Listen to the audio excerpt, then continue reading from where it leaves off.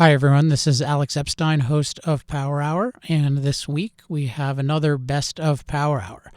This week's episode is on the ever-timely topic of fracturing, or hydraulic fracturing, more broadly what I would call shale energy technology. And several years ago, I was referred to an expert on this topic, Dr. Mukul Sharma from the University of Texas at Austin, and I had him on the program. And he said a lot of really illuminating things about fracking in particular, and more broadly, hydrocarbon or fossil fuel production in general, including issues such as what is the origin of what we call fossil fuels. So this was a really interesting discussion, and I'm glad to bring it to you today. Dr. Sharma is a really interesting guy, and I'm happy that over the years I've gotten to know him a little bit as he's been at a couple of my events. And most recently, I saw him at the University of Texas at Austin when I was giving a speech in late 2019 on the moral case for fossil fuels, which reminds me, make sure to pre-order your copy of the new moral case for fossil fuels. Just go to Amazon or wherever else and search for the moral case for fossil fuels revised, and you should pre-order it. Okay. Besides that, make sure to sign up for our mailing list at alexepsteinlist.com and enjoy this week's episode. Power Hour, because what you don't know about energy can kill you. Here's Alex Epstein. Hi, and welcome back to another Power Hour. I'm your host, Alex Epstein. Today, finally, after months and months of requests from our audience, we are discussing hydraulic fracturing. And after months and months of searching for just the right expert, I have him. We have Mukul Sharma, Dr. Sharma from the University of Texas, who's come very highly recommended to me by many people in the industry. And we are going to go through the ins and outs of hydraulic fracturing. So without further ado, Dr. Sharma, welcome to Power Hour. Well, thank you, Alex. So there are so many myths about fracking, or there's so many ideas about fracking in our culture, and I actually have in front of me your presentation, which is really great. It's called An Introduction to Hydraulic Fracturing, Facts and Myths, and we'll post that on the website. I thought that before we got to the myths, we'd start with the facts, just so that people have a context and they understand how fracturing works, so then they can understand what's going wrong with the myths. So with that said, let's ask the most straightforward question, which is, what is hydraulic fracturing? Right. Well, hydraulic fracturing is basically injecting fluids at high pressure into a wellbore to create a crack or a fracture in the rock. And what that does is it allows fluids from the reservoir to flow back into the wellbore more easily. Okay. Could you elaborate on that a little bit, just for someone who's not familiar with, let's say, even a wellbore? Right. So typically oil and gas is produced by drilling a wellbore into the formation. And after you've drilled this wellbore, you want to produce the fluids from the wellbore. If the reservoir is at pressure, these fluids come out on their own, or you have to actually pump the fluids out using some sort of a pump. In the case of oil and gas from shales or very low permeability formations, you typically drill a horizontal well, which could be 4,000 or 5,000 feet long. And then you create multiple fractures, up to 30 or 40 or 50 fractures in the horizontal section of the wellbore. And then these fractures allow the gas or the oil to have a larger surface area to flow into the wellbore. And this makes for commercial wells that can produce oil and gas at commercial rates. So you mentioned the issue of horizontal. Could you tell us something about the physical structure of these formations that makes you want to drill horizontally rather than vertically? Well, there's two primary reasons for drilling horizontally. The first is you want to get a sufficiently large surface area for the oil and gas to flow into the wellbore. And you can accomplish that much better with horizontal wells than you can with a vertical well. So in a typical vertical well, you would need to have a single hydraulic fracture emanating from a vertical wellbore. Whereas if the wellbore is horizontal, then you can actually create these 30 or 40 fractures, which give you a much larger surface area for flow. So that's one reason to do a horizontal well. The second reason to do a horizontal well is the surface footprint that you create with these horizontal wells is a lot smaller than you would with a vertical well. So for example, if you were trying to drain a reservoir that was 1 square mile, you would need perhaps 8 or 16 vertical wells to drain that section, Whereas with a horizontal well, you might be able to do it with one or two or three or four wells. So you're reducing your surface footprint by a factor of 4 to a factor of 8. So the second point that makes total sense to me. I'm not quite clear about the surface area thing. Why the surface area would be larger horizontally rather than vertically for a given section. Right. So imagine a pipe that's vertical. And if you create a fracture, these fractures, by the way, are always vertical or almost always vertical. So imagine a fracture that goes out vertically from a vertical wellbore. You would typically be only able to accommodate one vertical fracture from this vertical wellbore. If you have a horizontal wellbore, you might be able to accommodate 10 or 20 or 30 fractures along this long horizontal section, because the contact area with the reservoir in a horizontal section could be 4,000 or 5,000 feet, whereas in a vertical wellbore, it might only be 100 feet. So you're increasing the contact of the wellbore with the formation by over a factor of 10 to a factor of 50. And that allows you to place more fractures in the formation. Okay, so we have these, you mentioned these tighter forms of rock with less permeability, including shales, and that we're fracturing them. What do the fractures look like? How big are they? How wide are they? So typically these fractures would be about 2 or 3 millimeters wide. They would be about, let's say, 50 to 100 feet tall, and about 300 to 600 feet long, typically. 300 to 600 feet long. And how has that evolved over the years? Because I mean, that sounds pretty long given that you're talking about super tight rock. How has that evolved over the years? Well, over the years, people have gone to larger fractures in vertical wells. In horizontal wells, these fractures have actually typically been the number of fractures being larger, but the size of each of those fractures being typically smaller. So you would perhaps pump 500 pounds of sand in a vertical well. You might only pump 250,000 pounds of sand in a horizontal well. So you create more fractures, but each of these fractures typically is going to be a little bit smaller in a horizontal well compared to a vertical well. So you're mentioning sand. What's the relationship between the water and the sand, and then the other chemicals that often attract a lot of controversy? So typically the way the fractures are pumped is you pump what is called a pad, which is typically water or a polymer that goes into the fracture first, which creates the fracture.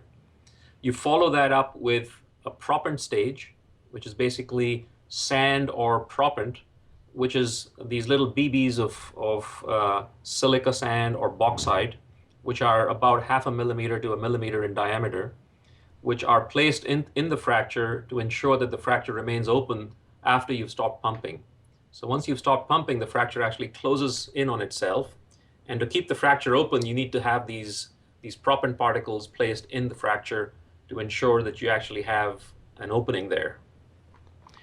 So you mentioned earlier on this issue of a reservoir being at pressure, which means that it's in effect pumping. I mean, the oil is coming up of its own accord. And I've heard statistics like the absolute theoretical maximum that can happen at something like 25%. Is that accurate? Right. The recovery of the oil and gas from these reservoirs can vary a lot. So, for example, when you have oil reservoirs like the Bakken, which is a shale or a mudstone, if you like, these shales typically produce only about 4% of the oil in place, whereas a conventional reservoir would produce something like 25%. So you're getting much less of the oil out of the ground from these unconventional or low permeability oil reservoirs. For gas reservoirs, the recovery factor could be much higher, could be 20, 30% of the gas in place recovered. So what would be a percentage for something like the Bakken? Oh, the Bakken, the recovery for oil in the Bakken is only about 4%. So does that mean that there's 96% oil left in there that current technology cannot access? That's correct. There's about 96% of the oil in the Bakken that is not currently recovered with these techniques. I find the issue of, I want to ask a second about shale and what exactly the term shale refers to. Because in oil handbooks that I've read in the past, they talk about shale as karagin, which is the ultimate source rock that oil migrates up from. And that's kind of where oil begins. And there's this idea that there's no way to get it economically or energy efficiently from shale. So are there different types of shale? What's the type of shale involved in fracturing? There are different types of shales. So there are, for example, the oldest shale that we have drilled and produced is the Barnett Shale. And in the Barnett, for most of the production in the Barnett has been natural gas, not as much oil. There is an oilier part of the Barnett, which is now being developed. And the Barnett is typically a fairly hard shale, so it contains a lot of silica and a lot of clay and very little carbonates. So things like calcium carbonate, which is the chalk that we write with the blackboard on. Whereas a shale like the Bakken is really a very calcareous or calcite or calcium carbonate bearing shale. So it has about 30 to 40% of calcium carbonate, only about 20 to 25% of clay, and the rest of it is silica. Silica is what you have in beach sand. So beach sand is silica. Calcium carbonate is like the piece of chalk you write on with on a blackboard. And clay is really a very reactive type of mineral that reacts with water and makes the shale softer. So different shales behave very differently. The Bakken is rich in calcium carbonate. The Bakken is more silicious, contains more silica sand and more clay. The Eagleford is different, also is very rich in calcium carbonate.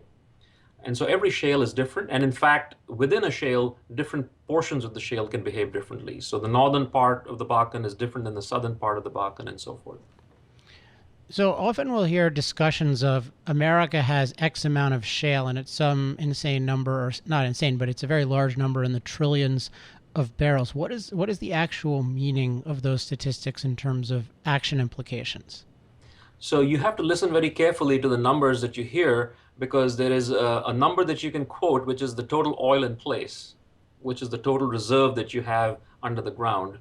And then there's the recoverable reserves, which actually factors in how much of that oil can actually be recovered.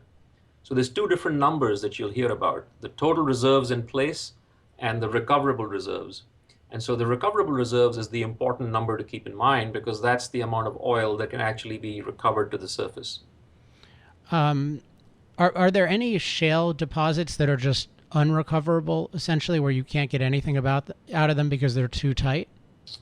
Yes, there are. There are quite a few shales that do have hydrocarbons in them, where you don't have the kerogen, which is the original biomass that forms the oil, where that kerogen has not degraded into oil or gas. So if the organic material has not formed oil or gas, then you have shales which are fairly rich in organic material, but really don't produce any oil or gas, because you don't have the kerogen that's been converted into the oil and gas. Wait, could you elaborate on that a little bit? So it's the ones without kerogen that are the problem? No, so think about it this way. Shales are defined in terms of their extremely low permeability and their clay content. So if they are clay rich, typically 20, 30, 40, 50% clay, and if they have very low permeabilities, then they would be referred to as shales or mudstones. The presence or absence of kerogen further defines them as being either organic shales or shales that do not contain any organics. Shales that contain organics can have kerogen in them, which is the original biomass. Some of the kerogen in some places has been converted to oil and gas. And it's those shales that we are targeting in terms of producing them, right? So the Bakken, for example, is a good example of a shale where a portion of this shale has kerogen, which has been converted to oil, primarily oil in the Bakken. The Barnett, for example, is a case where the kerogen has been converted to natural gas mostly. The Eagleford is an example of a shale where the kerogen has been converted to oil and gas, southern portion, and the northern portion being oil and gas. respectively. So you do have these generation of oil and gas that's absolutely essential to making this a resource that can be produced. There are many shales that don't have any organics in them, and there's many shales that have organics that are primarily kerogen, but not oil and gas, right? So not all shales are productive, obviously. It seems at least intuitive that it would always be easier to hydraulically fracture for gas than oil because oil is denser. Is that true, or is it easier some places to get oil? No, that is not true. The fracturing has nothing to do with the presence of oil or gas. You could easily fracture oil or gas-bearing shales. The difference is gas is a lot more mobile than the oil.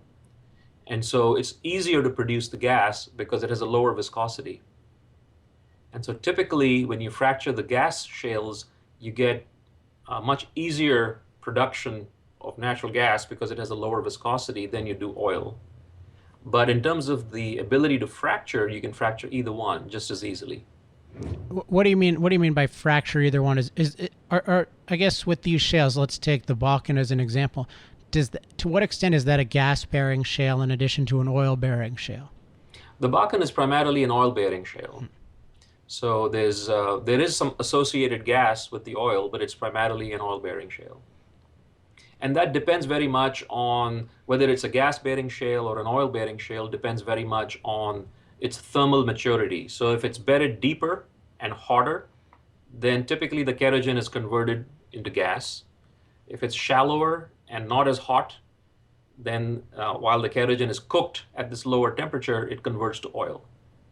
So depending on its geologic history and its depth of burial and its temperature, you can cook this kerogen into either an oil or into a gas. Okay, well, since we're talking about cooking, let me ask you just about a more basic question so that everyone knows. So, how does the original kerogen form, and then how is it cooked? So the original kerogen is a result of any kind of biomass that accumulated in that location, whether it's from algae or bacteria or animal remains or whatever the organic material was originally that was buried in that deposit.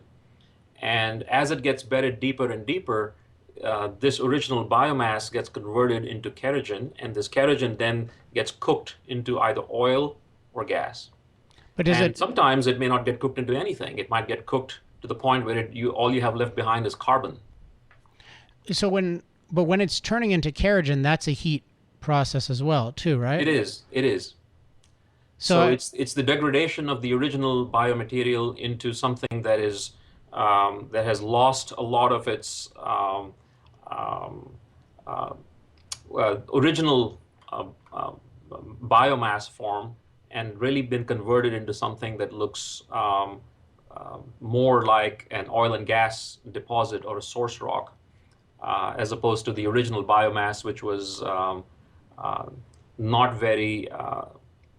The original biomass really is what you would see in a compost pile, for example, right? Now imagine that compost pile being buried fairly deep, and then being slowly cooked. As it slowly gets cooked at pressure, high pressure and higher temperature, it gets converted into kerogen, and that kerogen then gets converted into oil. And if it gets buried deeper and hotter, then the oil will ultimately get converted to gas, and there's a gas window. And if it gets even deeper, then even the gas will basically be lost, and you'll end up with nothing but carbon. So why is the progression always from solid, liquid, gas? How come it starts? How come the bottom of the compost pile always ends up as solid rather than ending up as a pool of oil or some sort of formation of gas? Oh, because it takes a while for the organic matter to really break down. So you have to break down these very complex molecules into smaller and smaller chains. And as these smaller and smaller chains are created, you end up with a liquid. And if you break them down even further and get into even smaller molecules, then you end up with a gas, which is methane. Right, but earlier in the process. So so kerogen, I mean, is the source rock is always hard, right? It always starts hard. When you say hard, you mean what do you mean? Mechanically hard? Like solid, like Oh. Yeah. I mean, imagine a compost pile, mhm. and so as if imagine if you were to squeeze it at tremendous pressure and heat it up, what you'd end up with is essentially material that is hard because of the compaction, and the degradation of the original biomass into smaller molecules basically yields material that looks nothing like the original biomass. It Mhm. doesn't have any of the complex molecules that the original biomass had, right? And so you end up with something that is much simpler because all the complex molecules have been broken down into simpler molecules. And that ultimately leads into the formation of these hydrocarbon molecules, things like uh, the alkanes, decane, and so on, that are in gasoline, for example, pentane, hexane, decane, and so forth. And then those are further broken down into smaller molecules, which is the natural gas, as you get to higher temperatures and deeper burial. Um, I'm just curious. Since I have you here, I want to ask: what is the status? Do you think of abiogenic theories of gas or oil in terms of that they have that there's at least gas in the earth of non-biological origin? Well, it's possible that you might get something like that. So you might get gas migrating from the. There's a lot of debate about exactly what the origin of the gas is and where it might be coming from. Most of the gas and oil that we explore in the sedimentary rocks certainly seems to come from biological sources. I mean, it's conceivable that you might have methane being generated in the mantle of the earth, below the mantle of the earth, where you have vents coming in, feeding some of these reservoirs. But I think that's the exception, not the rule. And is there any would there be any case that oil could have the same thing, or do you think all oil is from No, I think organisms? it's much more difficult to envision oil being formed that way because at those temperatures and at those depths, you typically would not find any oil. Everything would have been degraded to a gas. So the temperature as you go down goes up fairly Correct. quickly. Correct. Okay. Well, I hope the listeners learn from that.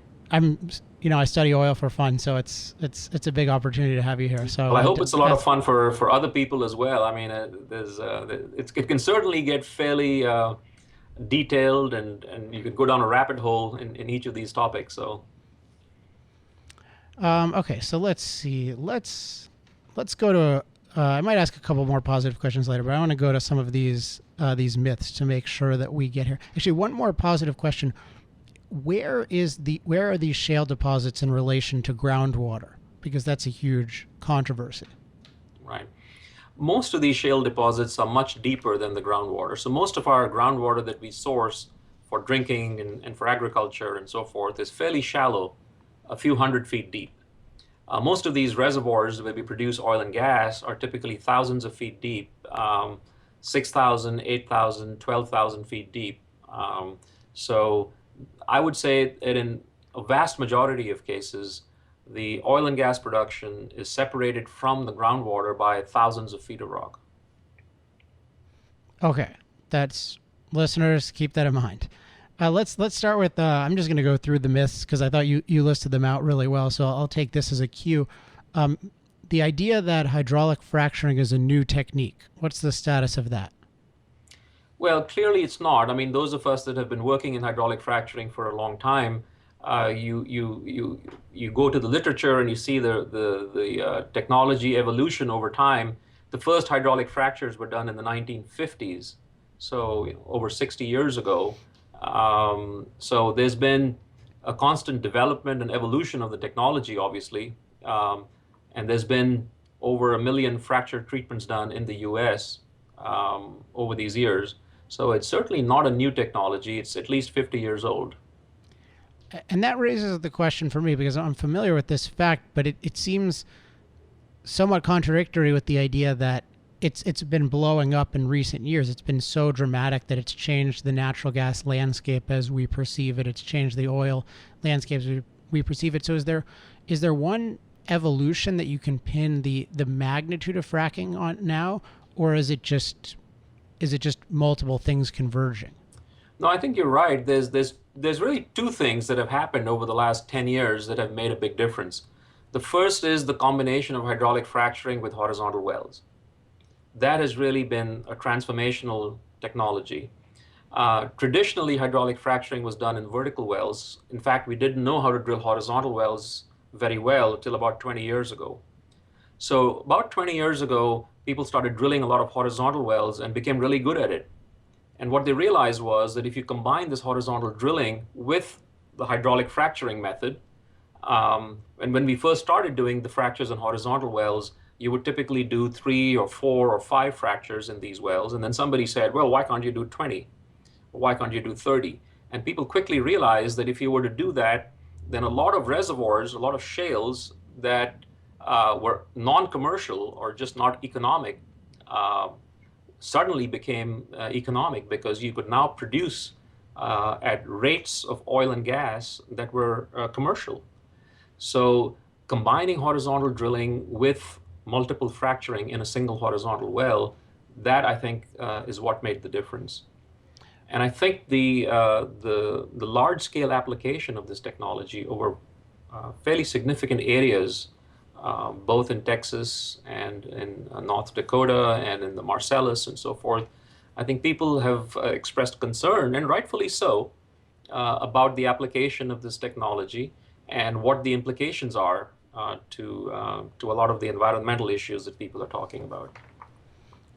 Going back to this, the technological breakthrough of combining these two, in some sense it can sound as if, well, that sounds pretty easy. Just, okay, go horizontal. Okay, once we can go horizontal, start to fracture. What are the difficulties of A, doing that combination, and then B, scaling it? Well, there's many difficulties. The first one is to actually have the mechanical integrity of the borehole itself. When you're drilling, originally we were drilling 1,000 foot laterally, and we thought that was pretty good. Today, you don't think twice about drilling 5,000 feet horizontal wells. And we've developed the fluids, the mechanics, and all of the technology to actually make that possible. Back 10, 15, 20 years ago, we didn't know how to fracture these wells in an efficient manner. So it would take us a week to place 10 fractures in a single wellbore. Today, you can do that in a day. And the reason that's possible is developments of new tools and new ways of fracturing these formations and doing it fairly quickly and efficiently. So really the whole technology evolution that's happened is making these processes of drilling horizontal wells and fracturing them much more efficient, much more time efficient, much more fluid efficient, and much more cost effective. So things that would cost something of the order of $10 million before can now be done for a fraction of that cost. So in terms of just, I think so people realize that my guess is that makes a huge deal in terms of what formations are economic if you can do them. So what, if you look at technology 15 years ago versus today, what quantity of new formations are now profitable to drill that weren't before? Well, many of these formations that we're talking about now, the Bakken and the Eagleford and the Barnett and so forth, were barely economic in the past. The technology has certainly made a big difference, but the price of oil has made a huge difference as well. I mean, remember, a decade ago, the price of oil was a fraction of what it is today. And so the fact that you have increased the cost of oil, the price of oil, and you reduce the cost of drilling and fracturing these wells, a combination of those two makes oil drilling and fracking very economic. Gas, on the other hand, you can see gas prices have dropped in the past few months, and that has made gas marginally economic in many areas. And so the activity for drilling and fracking is going to decrease as a result of lower natural gas prices. So it's really a matter of economics. I think the technology has now brought us to a point where we've become extremely efficient at doing these things. The question now is, are the commodity prices going to sustain the economics of this operation? And for oil, the answer is yes. For gas, the answer is a qualified yes, because in some areas it's economic and in some areas it's not. But what do you see of the prospects of an international market in this stuff? Because we have much lower gas prices here than, say, in Asia, because we don't have the kind of transport that we do with oil. Of course, it's physically more difficult, but also there are restrictions on terminals. What do you see the next 10 years of that looking like? Well, that's a very good point. Oil is a global marketplace, and the price of oil is fairly constant across the world, except for this differential we're now seeing between North Dakota and the Brent oil. But natural gas is very much a local marketplace, and so what Japan pays for their gas is a lot more than what we pay for our natural gas. In fact, gas delivered in Japan is priced at about $18 an MCF. Gas delivered in Europe is priced at about $12 an MCF, and gas in the U.S. is $2.50 or $3 an MCF now. So there's a big difference in prices across the world, and so the point that you were making is that the economics is very different in different places. Yeah, and I would imagine gas producers would want to have more latitude to ship their gas overseas, because right now they're artificially, I don't know artificially, but they're restricted, at least in a physical way, from selling it to people who would bid it up dramatically. That is correct. Yeah. So there is a move towards moving a lot of the U.S. gas through LNG tankers to places outside the U.S. And the question then is, what is the economics of that, and what is the importance of natural gas to the U.S. In the long run, strategically? So there's questions and debates about energy policy and what is the extent to which we want to export this natural gas and at what price.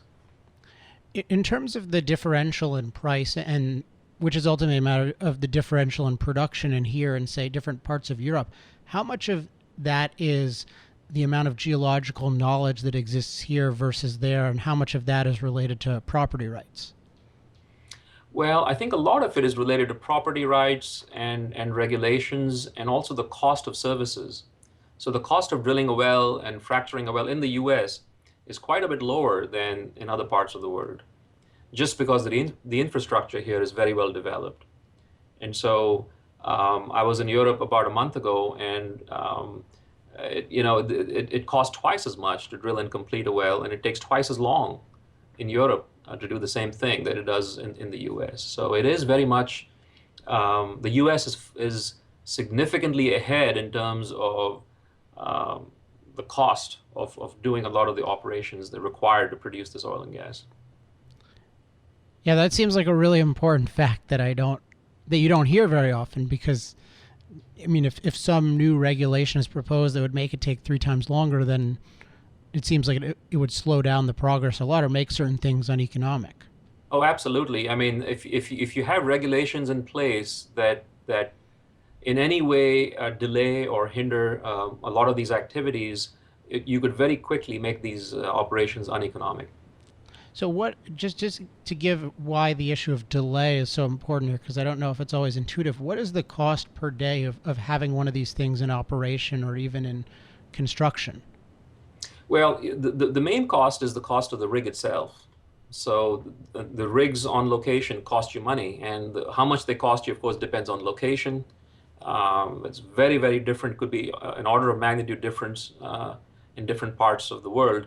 But the cost of the rig is, of course, the primary cost that you're paying for. The cost of the people involved, the cost of delayed production, and those are the 3 primary costs that you have if you delay operations and you have to wait on something. So does the rig cost at all relate to the?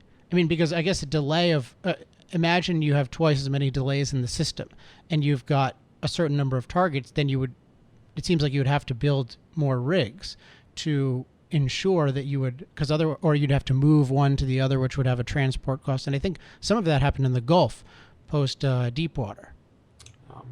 Well, the cost of the rigs certainly is very important, and if you take twice as long to drill a well, the cost of the well goes up by at least a factor of 50%, if not a factor of 2. Really interesting stuff. Okay, let's go to the next one. the issue of earthquakes, what is the full context on that?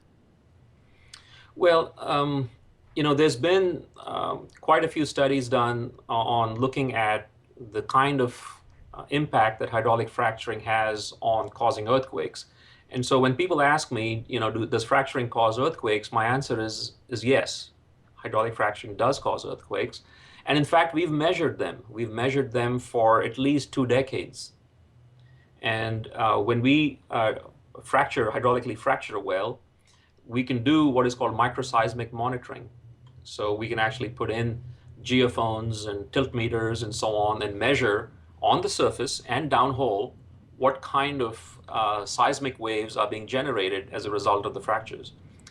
And we know that these micro quakes or micro earthquakes are basically about 4 to 6 orders of magnitude lower than anything that you would feel on the surface. So this would be equivalent to a truck rolling down the road and the kind of vibrations that you would feel as a result of the truck rolling down the road. In fact, usually much smaller than in magnitude than that.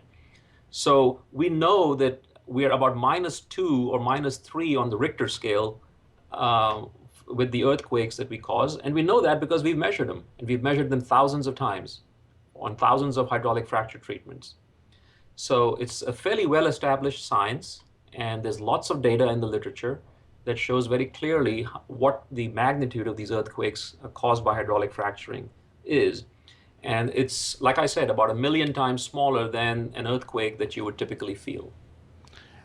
I mean, by the common definition of earthquake, or I think the technical definition, there are just, hundreds of thousands of earthquakes that we don't hear about or notice because it's just a common thing. It seems, does anything that moves the earth constitute an earthquake? Well, in principle, yes. In practice, no. I mean, if you ask a person on the street, what is an earthquake? Well, for him, an earthquake would be something that he or she could feel on the surface, and that would mean that you would have to be about, a 4 or so on the Richter scale to really feel something that you could say, oh yeah, something happened. Whereas we are measuring something that's -2, which is on a log scale, that's 1 million times lower in magnitude. And so, it's in principle, it's correct to say that hydraulic fracturing is causing earthquakes, but these earthquakes are so small and so insignificant, and we've measured them so many times that we can say for sure that these earthquakes are of the order of 1 million to 10 million to 100 million times lower in magnitude than anything that you could feel. So I think that while the media can pick up on this and make the case that, this can cause earthquakes, in practice, that's just not true. Yeah, as far as I can tell, it's just a bias against the fact that human beings are causing it, because there's no upset about all the tiny, -2 Richter scale earthquakes that occur all the time, and no one even knows about them. Correct. That is correct. Yeah. And when people claim that it's well documented that injection of fluids into the ground causes earthquakes, and this is true. If you inject water for long periods of time and large volumes of water into areas of the subsurface which contain faults. So, for example, if you were to inject water into the San Andreas Fault, you would enhance slippage of the fault and you would cause earthquakes. There's no question about that. That's been documented. The volumes of fluid that we inject in hydraulic fracturing are a tiny, tiny fraction of the kind of volumes that you would inject that would be required to cause a fault to slip, typically. Most of the time, when we are injecting water for hydraulic fracturing, we're not injecting into tectonically active areas where you have active faults like the San Andreas Fault. So is it theoretically possible to cause earthquakes with hydraulic fracturing? Yes. Has that ever been documented in terms of, has it ever happened and people related hydraulic fracturing to earthquakes? No. And like I said, we've done over 1 million of them in the US, and we have not found compelling evidence of earthquakes that we could feel on the surface, the human beings could feel on the surface, that were directly tied to hydraulic fracturing. All right. A sort of related criticism which we partially addressed earlier, hydraulic fracturing contaminates groundwater? Well, I think that groundwater contamination is a very serious and perhaps in some cases a valid concern if you're fracturing shallow formations. The industry has been, I think, proactive about this in terms of making sure that when you are fracturing a formation, that you map where the groundwater sources are and make sure that you are sufficiently removed from these groundwater sources, that you have good zonal isolation between the zone that is being fracked and the groundwater source. Having said that, I think the industry and people who are involved in fracturing need to be very concerned and cognizant of the fact that you can have flow behind the pipe. You know, that there have been cases where fluids have migrated behind pipe. So we should look for better technologies, and we should look for better ways in which we can isolate the groundwater from these deeper horizons. Now, I will say that this communication between these deep zones and these shallow aquifers would be a concern whether you frack or not.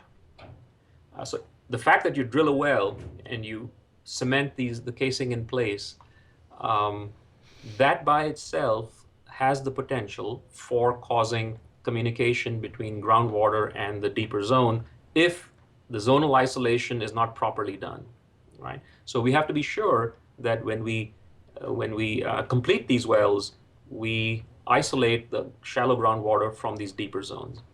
And there are many, many, many laws on the books in the states and at the federal level that try to ensure that this indeed happens.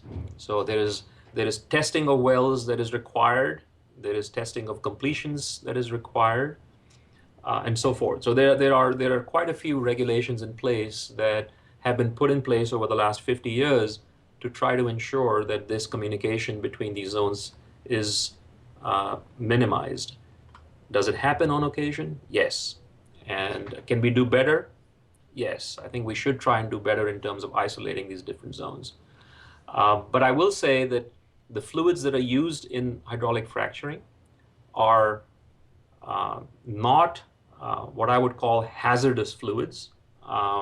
These fluids contain polymers that do degrade fairly quickly over time. Things like polyacrylamide, guar gum are ones that do degrade over time and are certainly not what I would call toxic fluids. The media claims of using benzene in hydraulic fracturing fluids, I think, is misplaced. Things like bactericides and so forth that are used in hydraulic fracturing. So the chemical composition of the fluids that are used in hydraulic fracturing make these fluids, there is some concern about what the composition of these fluids is. And I think that the industry has been proactive in terms of disclosing what these fluids are and making sure that the public understands what the toxicity of these fluids is.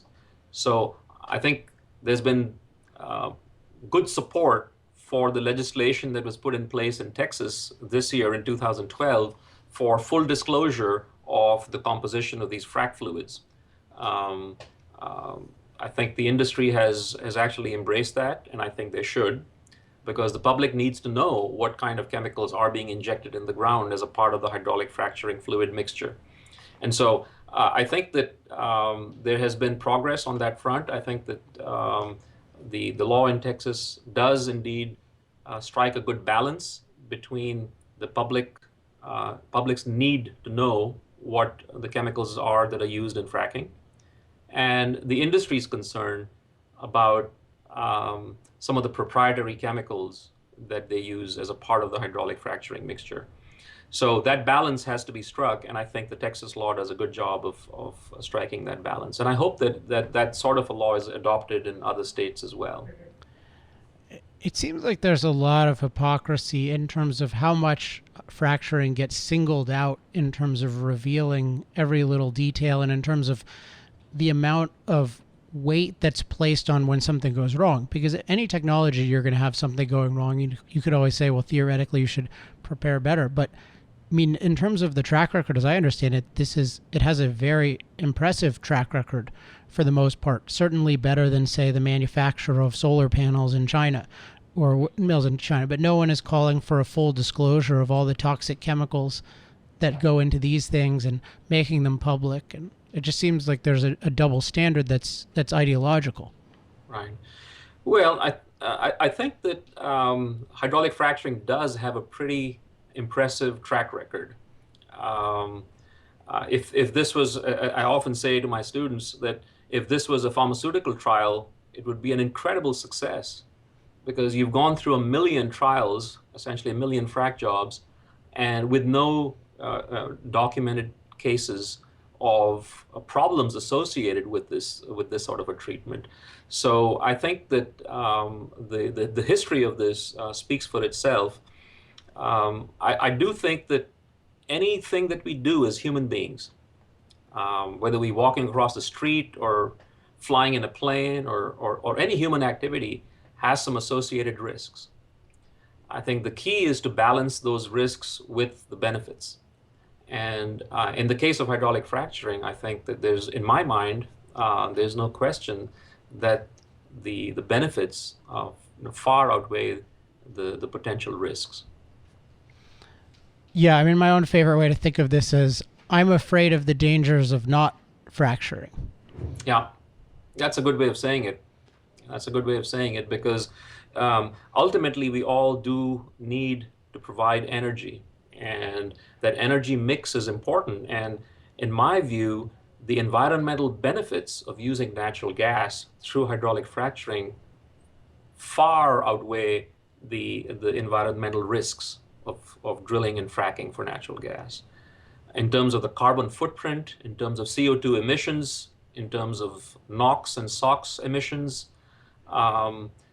in terms of being able to produce a domestic resource, in terms of creating local jobs, in terms of creating revenue for local cities and counties and states.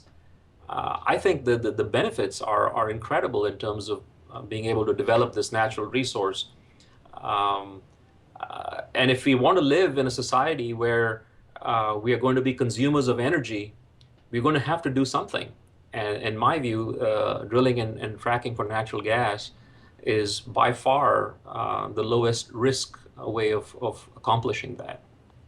Yeah, I just add to the point about environment. Often I think people think of environment in a way too narrow a sense. For instance, does it pollute or doesn't it pollute? But if you look at two of the biggest advances in our surroundings, they would have to be the proliferation of agriculture, i.e. the Green Revolution, which gives us an environment full of plentiful food.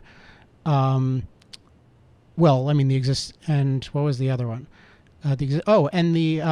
A huge amount of eradication of insect-borne diseases, which are 80% of the world's diseases. I mean, we live in a vastly different environment, and those are both, petroleum or natural gas products. There's no modern agriculture without natural gas.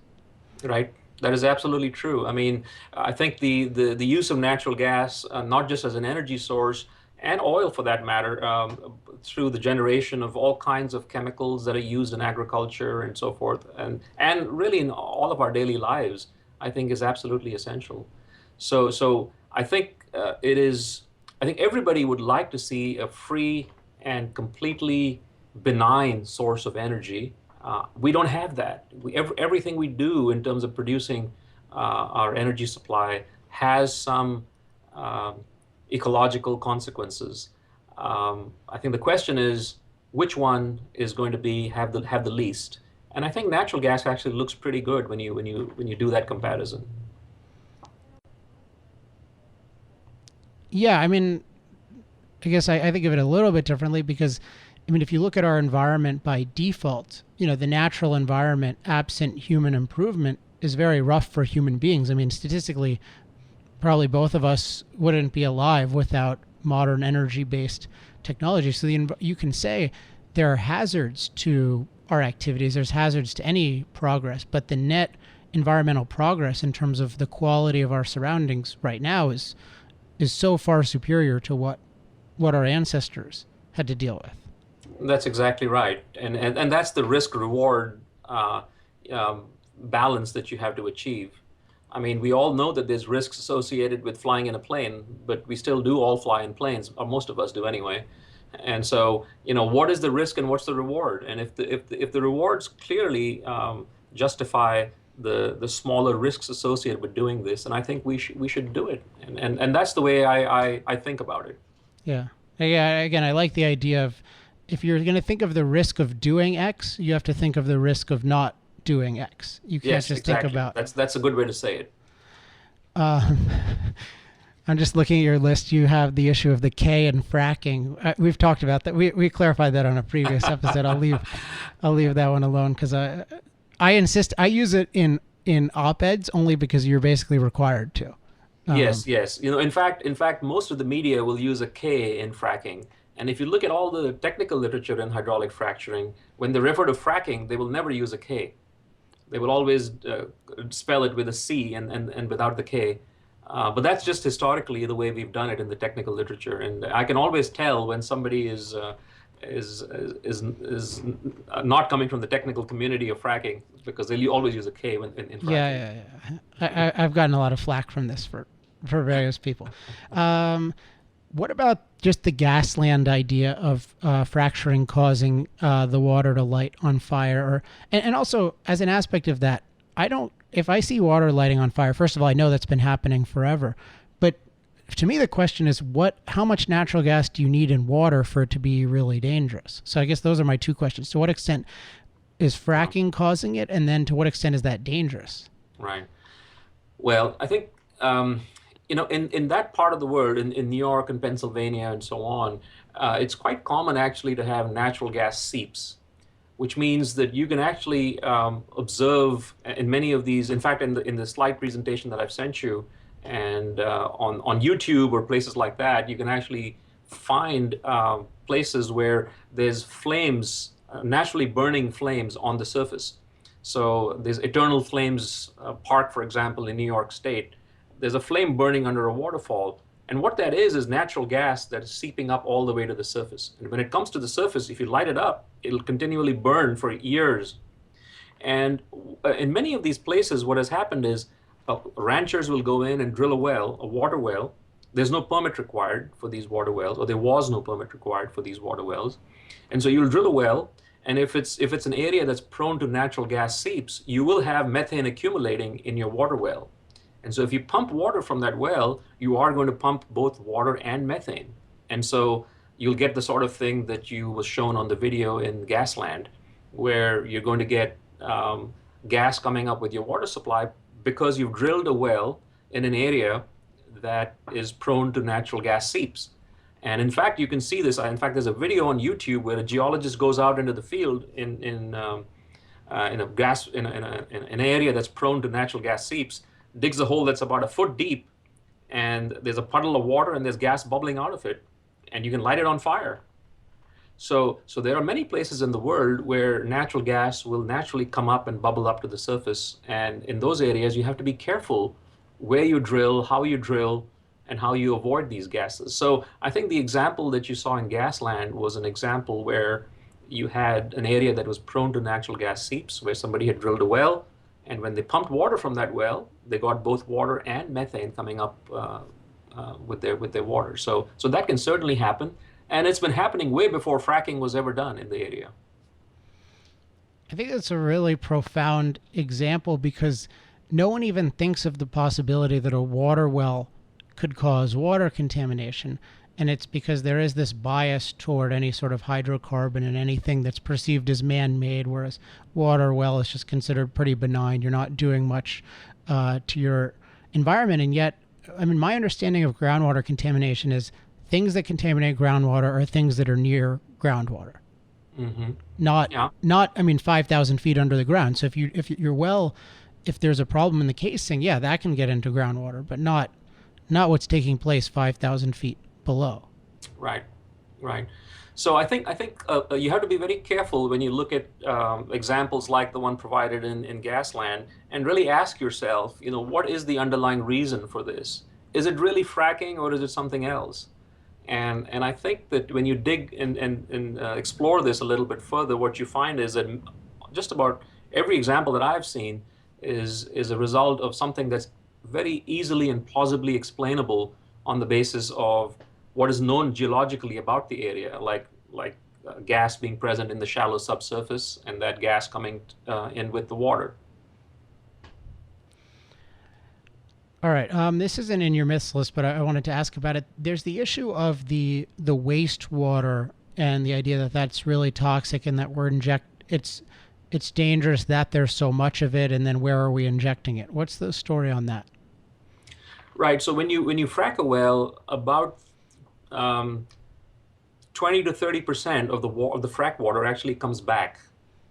And the question is, what do you do with that water? In most places, you would take that water, put it in tankers, and then dispose of it in a waste disposal site. And so you basically re-inject it back in the ground, right? So this water that comes back is typically pretty rich in salts. So it contains a lot of sodium and calcium and so on. And of course, associated with those salts is some naturally occurring radioactive material, some norms, right? And so typically what we would do is take that and dispose of it in the subsurface. I think the state of Ohio permits re-injection, but the state of New York doesn't. So a lot of the water that's produced from these wells in New York State then has to be shipped to Ohio and is disposed of there.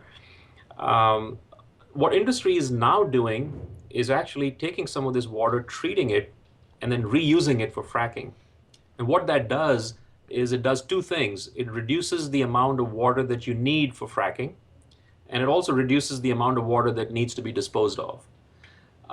And in fact, we're doing some research projects, and other people are as well, on trying to see how you can reuse a lot of this frack water that comes back, right? I will say that the amount of water that comes back is relatively modest by comparison to the amount of water that we produce in conventional oil and gas production, right? I mean, we produce quite a bit of water in conventional oil and gas production without fracking, right? So this frack water is actually a fairly small volume by comparison. But even so, I think we should move towards trying to utilize as much of this water as we can. And that's the direction that I think the industry is going in. Speaking of water, there's a big focus on just out of context. Every frack job uses Y amount of water. Could you put the amount of water these jobs use in context with other human activities that use groundwater?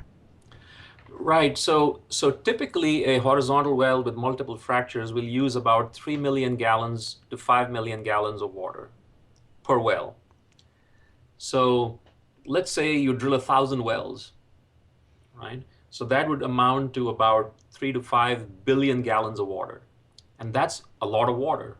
And so, but if you put that in perspective, so in the Barnett area, for example, we had pulled out some numbers for the municipal usage of water.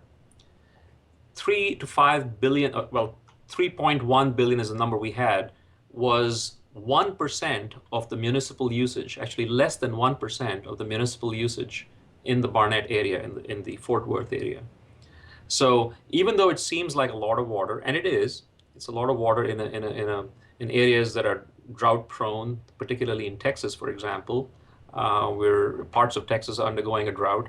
The amount of water that's used is small relative to municipal usage, right? So I think when you put volumes of water used in fracking in context of other human activities, it turns out to be a fairly small volume. There was a study done on the East Coast that showed that the amount of water used in fracking in the Marcellus Shale was less than the amount of water used to water golf courses in the states of New York. So, I mean, you have to put this in the right context. Now, having said that, even though those volumes are relatively small relative to municipal usage and so forth, I think it's incumbent on the industry and incumbent on people like me who are involved in research and in hydraulic fracturing to try to reduce the volume of water that we use in fracking. And there's actually been a tremendous move to actually do that. And there's three ways in which we actually do that. So one way of reducing the amount of water that's being used in fracking is to not use fresh water, but to use salt water. So traditionally, hydraulic fracturing has been done with fresh water. And that's why we have to source water from aquifers for fracking. What we're doing now is actually being able to use up to 80,000 parts per million of salt and use that water in fracking. And a lot of companies have now moved over from fresh water to salt water. What that allows you to do is to reuse a lot of the water that's coming back that's salty and not have to source fresh water. And so you don't have to go to an aquifer and get fresh water. You can now use salt water, right? And our goal over the next 2 or 3 years is to actually go to even higher salt concentrations. So you can go from 80 to 160,000 parts per million of salt and still be able to use it in fracking. Wait, doesn't that, I'd be worried about, I mean, I'm sure you deal with this, but corrosiveness issues dealing with salt water. Well, the primary difficulty in using salt water is the compatibility of the polymers that are used in the frac fluid. So we can deal with corrosion, we can deal with those other issues because it's fairly short time of contact between the steel and the fluids. But what we haven't been able to deal with in the past is the compatibility of the polymer with these very brackish, very salty brines. And so we're working on that problem from a research perspective to see if we can come up with materials that actually work at high salinities. So that's one way in which we're addressing the problem. The second way in which we're addressing it is to actually use less water by using things like CO2 or nitrogen or some other fluid instead of water. So you can use a foam, or you can use pure CO2, or you can use pure nitrogen. And when you do that, you cut your water usage by an order of magnitude. So you use 10 times less water when you do that. And there are places in the country where that has turned out to be a possible solution. And it improves the production from the well as well. And then the third way of trying to reduce the amount of water usage is to recycle the water by putting it through filters and desalination membranes and so forth, and seeing if we can actually use some of the salt water, convert it back into a low salinity water, and then reuse it again. So I think there's plenty of research going on. In fact, research going on in my group in all three areas on trying to reduce the amount of water that we use in fracking. So I think we're moving in the right direction. I think we should try to reduce the water footprint that hydraulic fracturing has, and I think we're making every effort to do that. But I think it's unreasonable to say that hydraulic fracturing uses up all our fresh water from our aquifers. That's just not true, because it's a fairly small footprint in terms of what we use in hydraulic fracturing. Yeah, my take on it is that you've got a commons problem in water because you don't have any real property rights. And so who's to say that a golf course has a right to it, but a fracturing job doesn't, or vice versa. So that's one thought. Another thought is, it's really, all of these technologies are really cool, and I really admire the industry for working on them. But I'm 100% positive they will not appease the people who dislike fracturing. And I even saw there was some gas-based fracturing solution, and the day it was announced, Greenpeace said this is even more dangerous than water because they can make, with anytime you have a gas, you can make up an explosion. Anytime you have salt water, you can say it's gonna salinate our fresh water supply, and we're all gonna be like people who try to drink seawater on a shipwreck, and we're gonna die. So there's always at least the theoretical possibility of something going wrong. And as long as we define a technology by what can go wrong, instead of actually looking at the full context, including what's virtuous about it, these attacks will never stop.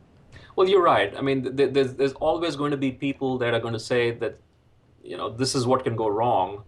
And there are things that can go wrong. Like I said earlier, I mean, there's always, any human activity, there's a possibility of something going wrong. I think what we can do is try to minimize what can go wrong by doing the engineering right, and try to do our best in terms of reducing the environmental footprint. And that's all we can do. We can't really ever make the environmental footprint zero. I think what we can do is try to minimize the environmental footprint, and that's the direction that we're moving in. Well, in terms of the human environment, I like the environmental footprint because it produces a lot of energy Right. for the environment I live in. All right, so we've kept you on an hour. Any final thoughts you want to share with the listeners about this technology, how to think about it, or any references you want to give them? Well, I think that a lot of these slides that I had sent you are on the University of Texas website and on my website, and they're welcome to looking at these slides. I think anybody that thinks of hydraulic fracturing should think about this in terms of the risk reward and the benefits that this technology brings to us on an everyday basis. I think when you hear claims in the media, be a little bit more skeptical about what is it that the risk really involves, and dig a little bit deeper and see what kind of what is the real risk associated with doing these activities, and compare those risks with some of the other risks associated with other sources of energy. And I think you'll be pleasantly surprised at how well we're doing in terms of drilling and completing and fracturing these wells, and what a wonderful source of energy this really is, and what an incredible energy revolution this has brought about in the U.S. and the rest of the world actually now.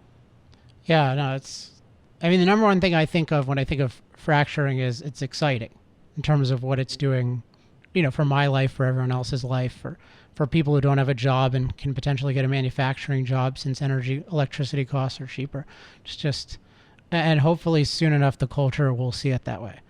Absolutely. So thank you, Dr. Sharma, for coming on. Well, thank you, Alex. Thanks for interviewing me, and good luck in all your good work. All right. Thank you. All right. Thanks again to Dr. Sharma for being on the program. Just one quick thought in wrapping up, and I think it's a good thought following last week's Power Hour where we talked about Bill McKibben's pseudoscientific article in Rolling Stone. And that is the issue of context. What I particularly enjoyed about this interview is that Dr. Sharma was sure to put all of these different issues in context and give you the full picture, not at all ignoring any downsides that can occur, but also focusing on the upside and being extremely specific about how things work, what can go wrong, what can't go wrong, etc. And that's in stark contrast to what we were dealing with last week, was a deliberate attempt to distort the full context, to accept you to get a given expect you to get a certain conclusion, but without really giving the full facts. So it's always a pleasure to have a true expert on the show and someone who's focused on context. So I hope you enjoy that. And with that, we're going to wrap up the Power Hour. You know how to reach me, alex@industrialprogress.net. Any questions, comments, love mail, hate mail. Next week, we'll be on with another expert, another great topic. And until then, I'm Alex Epstein. This has been Power Hour. Power Hour. Life, liberty, and the pursuit of energy. Power Hour. The antidote to shallow thinking about energy issues.